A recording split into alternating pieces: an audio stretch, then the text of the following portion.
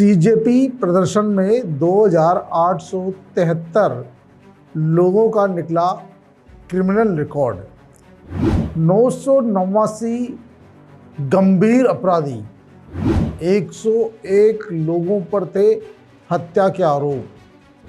POCSO यौन शोषण के अपराधियों की भी भरमार।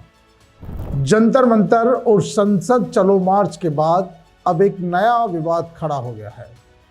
दिल्ली पुलिस प्रधानमंत्री नरेंद्र मोदी और अन्य नेताओं के खिलाफ सोशल मीडिया पर की गई कथित आपत्तिजनक टिप्पणियों को लेकर कार्रवाई की तैयारी में है और पुलिस सोशल मीडिया प्लेटफॉर्म्स को नोटिस भेजने की तैयारी कर रही है।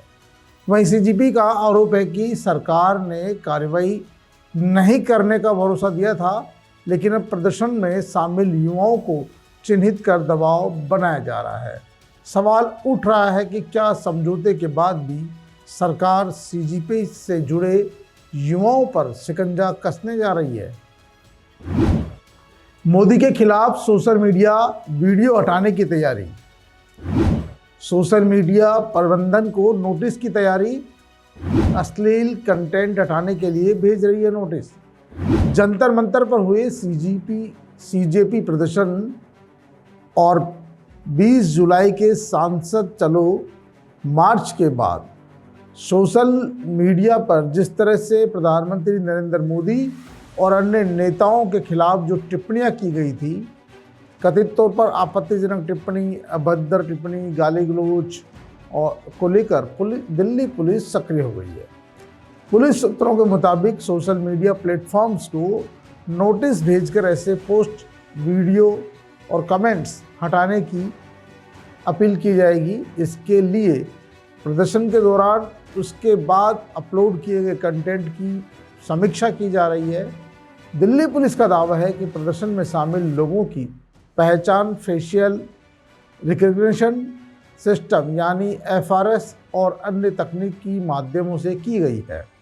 पुलिस के अनुसार प्रदर्शन में शामिल कई लोगों का आपराधिक रिकॉर्ड भी मिला है।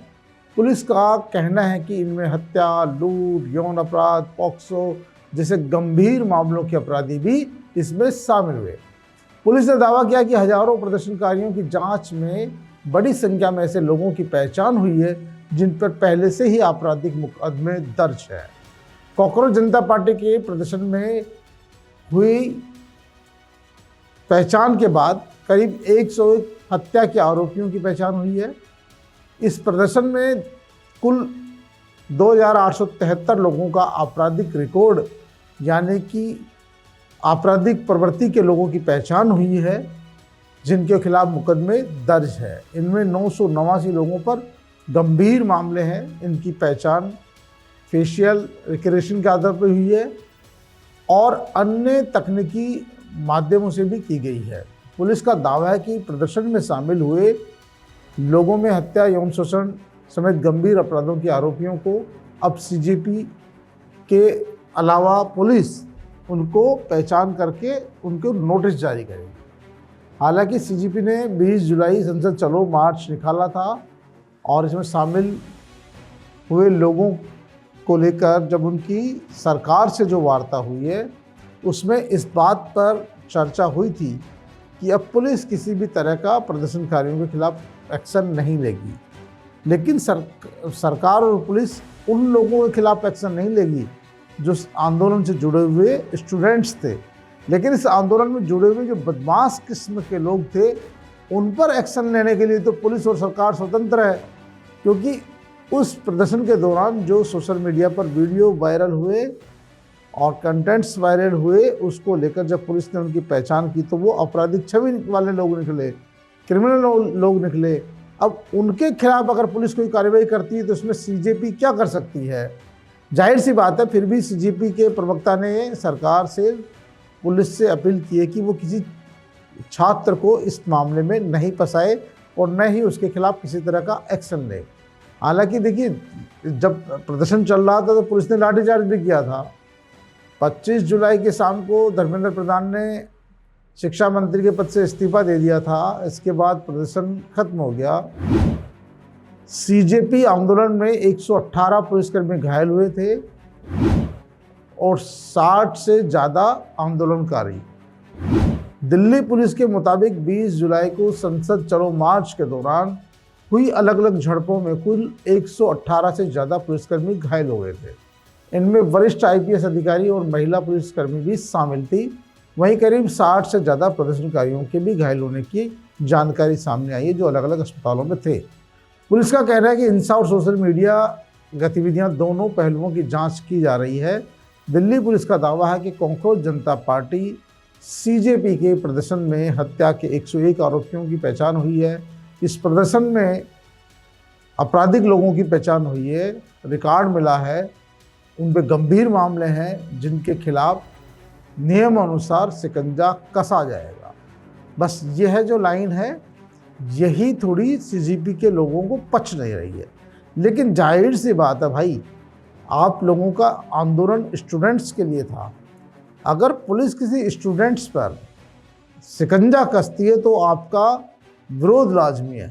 लेकिन स्टूडेंट्स की आड़ में यदि आपके आंदोलन में कुछ लोग स्ट्रीट शीटर थे, अगर वो शामिल हुए और उनकी पहचान हो गई और पुलिस उनको पकड़ने का काम करती है, तो इसमें आपको दखलंदाजी नहीं देनी चाहिए, क्योंकि यह पुलिस का काम है। और जो लोग अगर आपराधिक छवि के होने के बावजूद अपने आप को बेगुनाह साबित करके या अपने आप को पाक साबित करके वहाँ पुलिस के खिलाफ नारेबाजी लगा रहे हैं, या हो सकता है सीजेपी के किसी कार्यकर्ता के साथ मारपीट हो जाती है, तो जिम्मेदार कौन होता? इसीलिए पुलिस उन पर लगातार शिकंजा कसने की कोशिश कर रही है। दूसरी ओर सीजेपी ने पुलिस की कार्रवाई पर सवाल उठाए हैं। संगठन के प्रवक्ता का कहना है कि सरकार के साथ हुई बातचीत में यह आश्वासन दिया गया था कि किसी भी छात्र पर कार्रवाई नहीं होगी, लेकिन अब प्रदर्शन में शामिल युवाओं की सूची तैयार करना और उन्हें चिन्हित करना उस समझौते की भावना के खिलाफ है। सीजेपी ने चेतावनी दी है कि यदि कार्यवाही जारी रही तो देश भर में युवा फिर से सड़कों पर उतरकर विरोध प्रदर्शन करेंगे। अब क्या होगा आंदोलनकारियों का? अब निगाहें इस बात पर टिके हैं कि दिल्ली पुलिस की कार्रवाई केवल सोशल मीडिया पर कथित आपत्तिजनक पोस्ट तक सीमित रहती है या प्रदर्शन में शामिल लोगों के खिलाफ भी आगे कानूनी कार्रवाई की जाती है। वहीं विपक्ष और छात्र संगठन इस पूरे घटनाक्रम को अभिव्यक्ति की स्वतंत्रता और लोकतांत्रिक अधिकारों की रक्षा से जोड़कर देख रहे हैं। सरकार का कहना है कि कानून से ऊपर कोई भी नहीं है और सोशल मीडिया पर अभद्र भाषा या हिंसा भड़काने वाली सामग्री पर कार्रवाई जरूर होगी। वहीं सीजेपी का आरोप है कि समझौते के बाद भी छात्रों के खिलाफ एक्शन लिया गया तो उन्हें सड़क पर उतरना होगा। ऐसे में सवाल यह है कि क्या ये कार्रवाई केवल कानून व्यवस्था बनाए रखने के लिए, या फिर इसमें छात्र आंदोलन और सरकार के बीच टकराव का नया दौर शुरू होगा? इसका जवाब आने वाले दिनों में पुलिस की असली कार्रवाई से साफ होगा। फिलहाल सीजेपी भी इस बात के लिए तैयार है कि यदि सरकार ने समझौता तोड़ा तो वे फिर से सड़कों पर उतर जाएंगे। तो पीके टाइम्स की इस खास खबर में फिलहाल इतना ही। ताज़ा तरीन खबरों के लिए देखते रहिए पीके टाइम्स।